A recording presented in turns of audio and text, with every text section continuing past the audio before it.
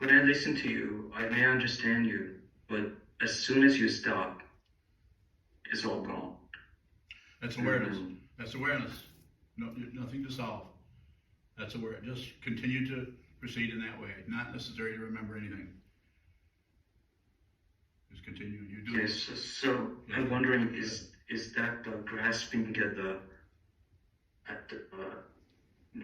or remembering the knowing that hinders Yes. our It awareness? It is. It is. It is. Trying to get something, trying to remember it, trying to get it a certain way, so you can kind of repeat it to yourself. You know, we tend to be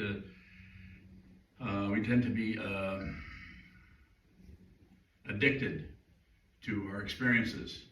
There's a books I read by a science fiction writer who also writes about aliens and so on, by the name of Whitley Strieber, whom I met many years ago. He talks about being addicted to experience. People are addicted. This is the main issue from him. He's not a meditator, but he's very interested in consciousness, and I'm very interested in consciousness, or anybody who's studying that, whether they're Buddhist or not. So I'm very, very interested in promoting anyone to continue to study the consciousness. And Shodo, this is a book that Shodo worked very hard on. This is a book, since I'm in the middle of talking about consciousness or awareness, this is a new book that's just come out, a series of talks, addiction awareness meditations, available here. It's available on Amazon. A lot of people don't like Amazon. If you don't want to buy it from them, buy it from us. Not that much money. There's some really good drawings in there done by, who did these? Did I do these? That's what he told us. Huh? That's what he told us. Anyway, it's 200 or 300 pages, something like that. Very good. And it's not promoting Buddhism. This is talking about awareness practice. This is talking about how you could how someone who is working with their addictions, whatever they may be, could actually use sit down, hold still, and watch the mind move, so that they could eventually see the particular form that they're not to recover. I don't teach recovery. I teach awareness. You may recover, you may not. You may practice meditation for 20 years and never recover from your addiction to whatever may be the love of your life.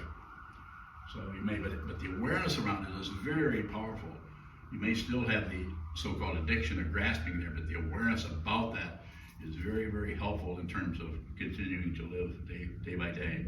So I'm not against 12-step programs or any other ways that people work with. Sometimes that's the only thing you can do. Have a therapist or a 12-step program or other kinds of approaches to that. But this is I taught along with other people who were students of mine, taught in a local rehab for, 9, 10, 12 years, something like that, several times a week, taught to people, not Buddhism, but just awareness practice, awareness. And the way in which I taught that was not to, I taught whole classes where I didn't mention Buddhism at all. They knew I was a monk, but that was about it. If they asked about it, of course, I would respond. But just be aware. Awareness is just like Navid is saying, he's describing what happens. And the downside of it may be in the ego area, like, I can't remember.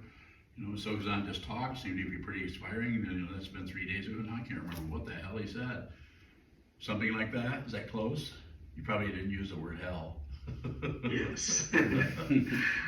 But I'm saying it's like that. The downside of that, from the ego point of view, is like, Jesus, this can't seem to quite get it. But from the point of view of awareness, which is no point of view, is that's awareness about the nature of something, and there's no credential to be had or to be lost. You're just aware of that movement in there. You don't really need me. I'm not separate from you. That's why I keep disappearing.